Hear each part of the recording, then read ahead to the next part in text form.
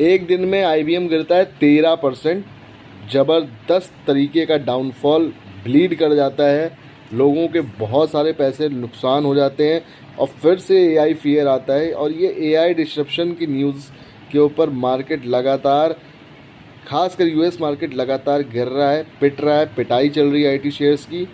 हमारा Indian market थोड़ा कम पिटा, बट पिटा स्टिल बिकॉज ऑफ US।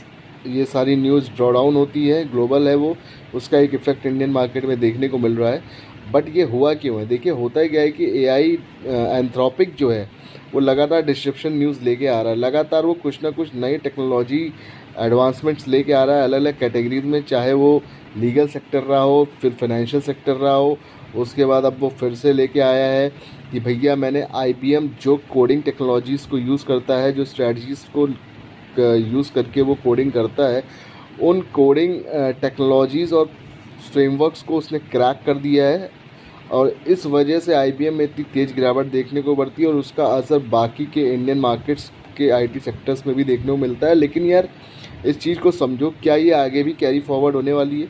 मुझे ऐसा लगता है कि धीरे धीरे ये न्यूज़ जो है ना, स्टेबलाइज और न्यूट्रलाइज होते चली जाएंगी, क्योंकि कितनी बार एक ही न्यूज़ के ऊपर पिटाई होगी। पहले 8 से 10% इन्फोसिस गिर चुका है इन सब न्यूज़ पे। अब वो गिरावट 8-10% की नहीं है, पैनिक सेलिंग नहीं है।